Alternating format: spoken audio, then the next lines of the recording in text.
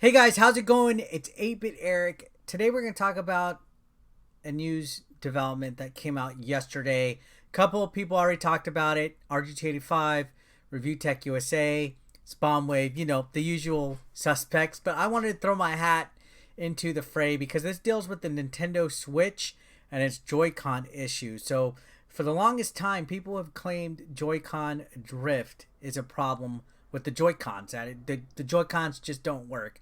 Now, I've experienced it very mild, not to the extent that I've heard some people say it, but an interesting report came just recently involving the whole class action lawsuit and stuff like that. And it is kind of interesting to read this because Nintendo is arguing the fact that Joy-Con drift doesn't exist or isn't a real problem. So let's look at this news article. This is via videogameschronicle.com. If this is your first time coming to the channel, before we begin, click that red button down there that says subscribe and check that bell to get your notifications for more Nintendo Switch related news and headlines. Let's begin. So it says Nintendo's reportedly arguing that Joy-Con drift isn't a real problem or hasn't caused anyone's inconvenience. Is that an understatement and a lie? Okay. Law firm behind class action suit asks consumers for video counts of issues they have experienced. So this is going to get heated right here. So it says Nintendo's reportedly arguing that Switch Joy-Con drift isn't a real problem or hasn't caused anyone any convenience. Those are the words of Chemicals, Schwartz, Kreiner, and Donaldson Smith, CSK&D, a U.S. law firm which is calling on consumers to provide video accounts detailing the negative experiences they've had with Nintendo Switch controllers, the Joy-Con. This is getting pretty heated. This has been going on for quite some time. So it says the drift in Joy-Con issue, which causes analog sticks to register movement even when untouched, was brought to wider public attention with the company's filing of a class action lawsuit in July 2019. It's alleged that Nintendo is fully aware of a defect which causes Joy-Cons to drift and accused the company of unfair and deceptive business practices. So this has been going on since July 19th, this whole Joy-Con lawsuit. like, my gosh. Accusing Nintendo of bad business practices and being deceptive and unfair. So it says in March of this year, U.S. District Judge Thomas S. Zilli approved Nintendo's move to compel the case to arbitration, but also rejected the platform's holders' bid to dismiss the case. CSK&D is currently working to pursue the case through the arbitration process.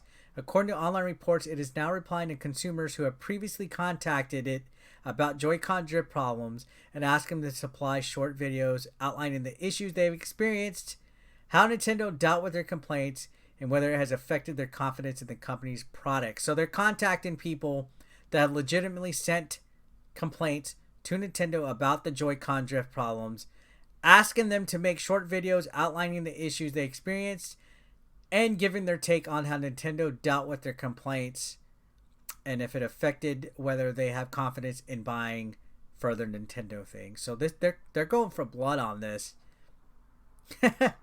So here's an email that they sent. It says, "Thank you for contacting our law firm about the Nintendo Switch Joy-Con drift litigation."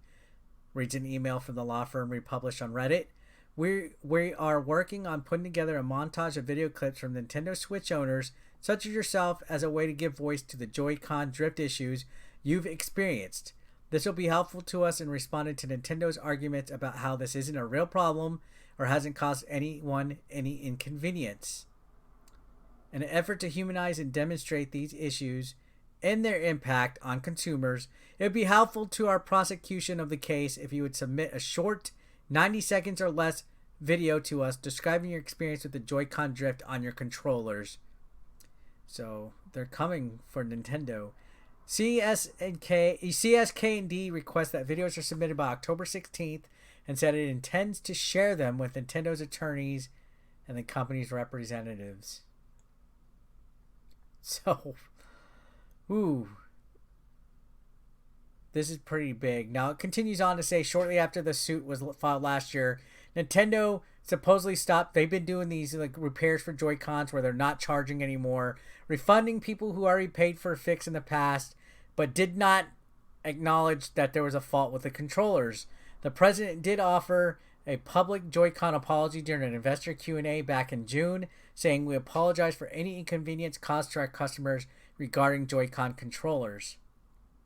So they were continuing to improve our products, but currently Joy-Con subject to a class action lawsuit in the U.S. and is a pending issue, so we cannot comment on any specific actions we may take. They were also hit with a new Joy-Con drift lawsuit in September, which accuses the company of planned obsolescence, which is a policy of producing goods designed to break so that they need to be replaced. Somebody needs to go after Apple then, because I swear to God, I break my iPhone every year, and I have to get like 4 new charging cables every year. So definitely a lot of information in regards to Nintendo responding to a lawsuit and stuff. But now they're arguing that Joy-Con drift isn't a real problem and hasn't caused anyone inconvenience, which is kind of a weird take. I mean, almost every stream that I do with the Nintendo Switch game, I always hear, "Hey, is there any drift with the Pro Controller?" Which there's not. I played with the Pro Controller like every single game. I never use the Joy-Cons just because it does have drift at times. Sometimes it just doesn't work. Now, some people claim if you just clean the base right of your Joy-Con, I don't even know where my Joy-Cons are. If you clean the base around your joysticks, that it would recover it and it would make it feel a lot better, that it's just dirt.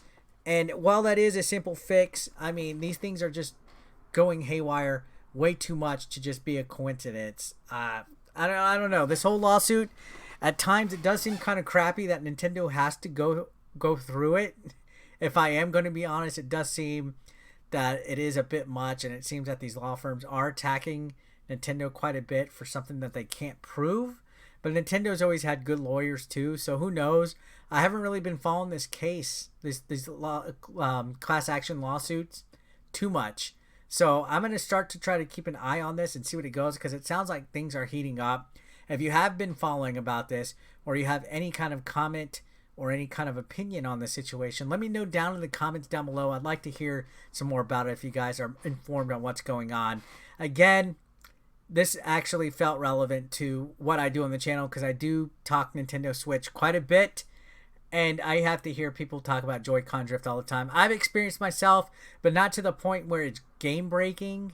It's just a little annoying. So I honestly just use the Pro Controller, which is what I prefer to use anyway, regardless of what I'm gaming on. But yeah, guys, that's it for today. Thanks a lot for watching, as always.